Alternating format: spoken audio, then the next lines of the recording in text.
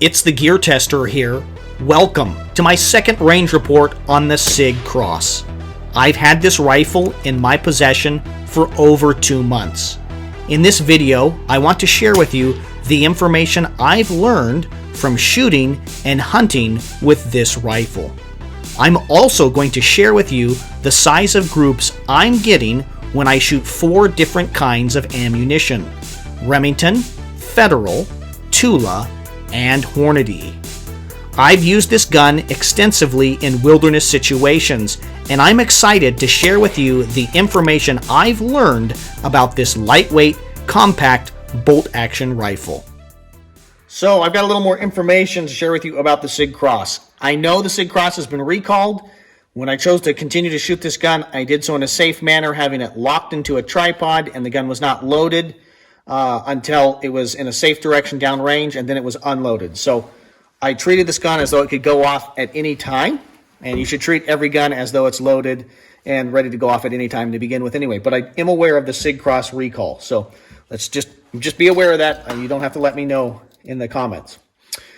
So these are, I shot 4 different kinds of ammo. I shot the Remington Core-Lock 150 grain ammo. I shot the Federal Power Shock 150 grain ammo, the Tula steel cased 150 grain full metal jacket, and the Hornady 168 grain ELD match ammo at 100 yards. And so you can see here, this is the Remington, right here, Remington 150 grain. Shot this at 100 yards. We're looking at basically a 1 3/4 inch group, which is very similar to groups I've shot with the Sig Cross at 100 yards with some of the Federal ammo. Today, though, I did quite well with the Federal ammo. I'd say that's under 1 1/4 inch group at 100 yards with the Federal 150 grain Power Shock. That excites me. These are the kind of groups that I want to see from this gun more consistently.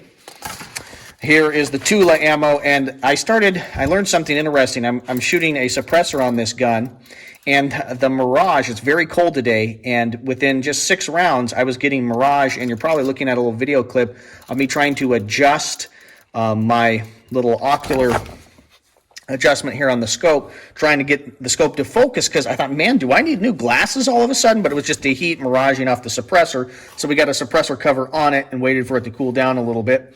But I shot this group when I was having problems seeing. I don't know.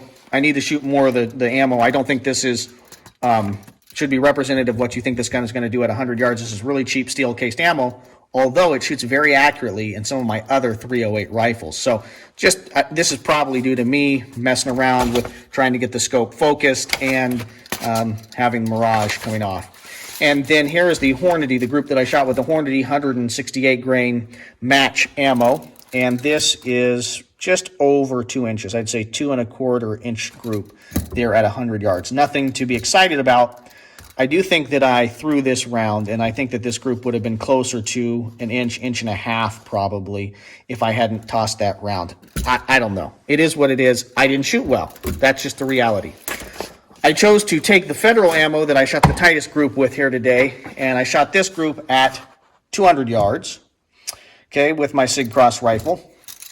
And this is under 4 inch group. This is, I would say, 3 3/4 inch group at 200 yards. And I shot this off my Shadow Tech tripod sitting on a folding lawn chair in the snow. Okay, and so in terms of practical accuracy, I'm pretty happy with that. I would be taking that shot if I was getting this size of groups. I sure hope they're smaller, but this is a size group that I think would be appropriate to be firing at a deer at 200 yards with. And in terms of practical accuracy, sitting in a lawn chair with your tripod up, that's pretty good. I'm using my Trijicon Credo 3 to 9 by 40. This is a great little optic here.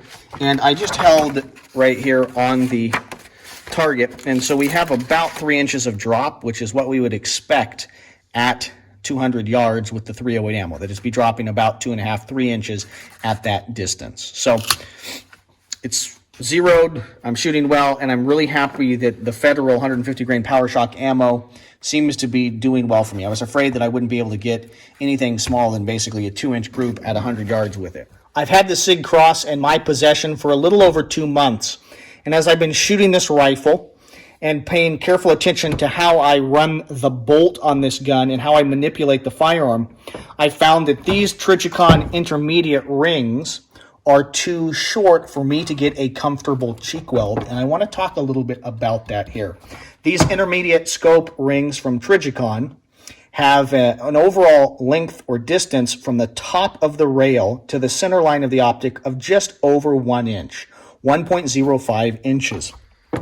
And that is not high enough for me to feel comfortable with the cheek weld that I get on this cheek weld piece here that is at its lowest setting when I'm using electronic hearing protection.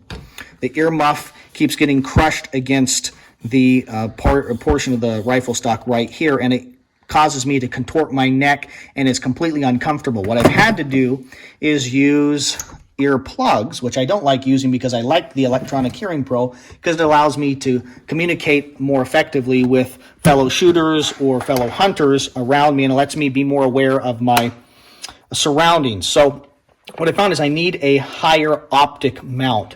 I've included some slow motion footage of me fidgeting around with my Electronic Hearing Pro and trying to get a reasonable cheek weld. This was just extremely uncomfortable and made it really hard for me to shoot the gun accurately.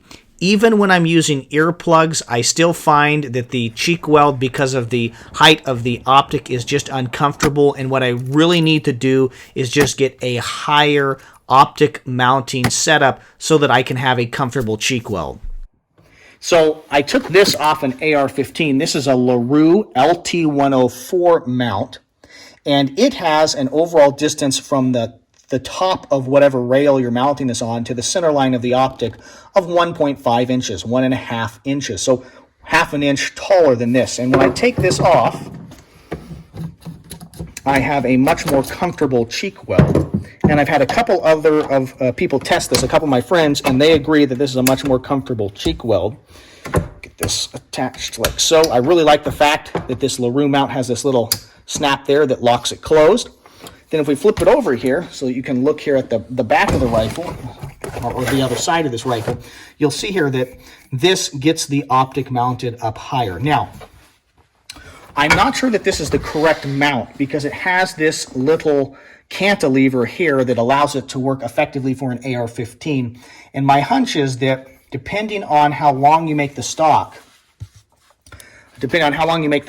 here, that this may not be able, and what optic you're running in this mount from LaRue, that you may not be able to get the scope mounted far enough back. I'm not recommending that you run out and buy this LaRue mount for your Sig Cross rifle because it may not be compatible depending on the kind of optic you're running. I think you should get some kind of an AR-15 height mount, 1.5 inches from the top of your rail to the center line of the optic, but I'd like one that doesn't have this cantilever, but that mounts the rings directly over the main body of the quick detach or components that lock it onto your rail so that you're personally able to adjust backwards and forwards depending on the length of eye relief which you are wanting with your optic. I want to talk a little bit here now about the buttstock here that comes on the Sig Cross. And there's many things I like about this buttstock and a few things that I don't like. One thing I don't like, let's get that out of the way, is there is a little bit of movement here with this pivot. And I wish that that was a tighter lockup. Okay, there's just a little bit of movement there, and I really dislike that. That is just something that I don't appreciate, and I've looked at other rifles, other Sig Crosses that are at local gun stores, and they all have this, and I wish that that was not there. I don't like it. It feels like I'm running a standard AR-15, the ultra cheap AR-15 buttstock with some wobble in it, so I don't like that. But what I do like about this stock, and what made it very, very attractive to me, is the adjustable length of pull. So if we measure the length of pull here, you'll see that we have a length of pull just over 12.5 inches. And that really attracted me to this gun. Now, we adjust the stock here out to its longest length of pull. We end up just over 14.5 inches. So you've got a lot of adjustability there. You've also got the ability to adjust your cheek weld here, up and down. You've got quite a range of motion there.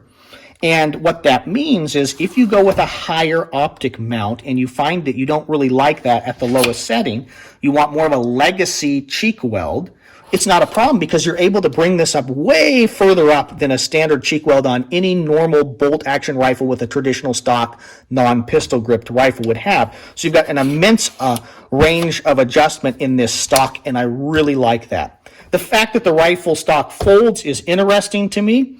It's an added feature or a bonus if you're packing this rifle in and out, or you're wanting to place this rifle in a bag, or you have some kind of storage compartment where you need to get the gun as small as possible. But in many ways, I'm not sure how much I'm going to use the folding feature of the stock. But it's nice they've included it. I would like it even more if it was a rock solid mount up and there wasn't any wiggle there. I really, really dislike that.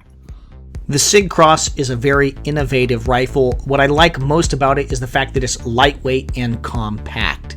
If you like this video, please subscribe to the TheGearTester YouTube channel. If you'd like to support us directly, there will be a link in the description of this video that will take you to the TheGearTester Patreon account. You should also check out my initial impressions review and my first range report on the Sig Cross if you haven't already watched those videos. The Sig Cross is currently offered in 3 chamberings, 308, 6.5 Creedmoor, and 277. I'm interested which of those calibers are most interesting to you. You can also support the TheGearTester YouTube channel by buying products from our sponsors, affiliates, and friends. Companies like Tops Knives, XS Sights, Valley Food Storage, and Occam Defense Solutions. I'm wondering how many of you have already purchased a Sig Cross bolt action rifle. I'm also wondering how many of you have already sent those rifles in to be checked out by Sig because of the recall. Maybe some of you have even got your rifles back from Sig already. I'm interested in knowing what your experience has been relating to the recall process. Thank you very much for your views and your subscriptions. This is the TheGearTester signing off.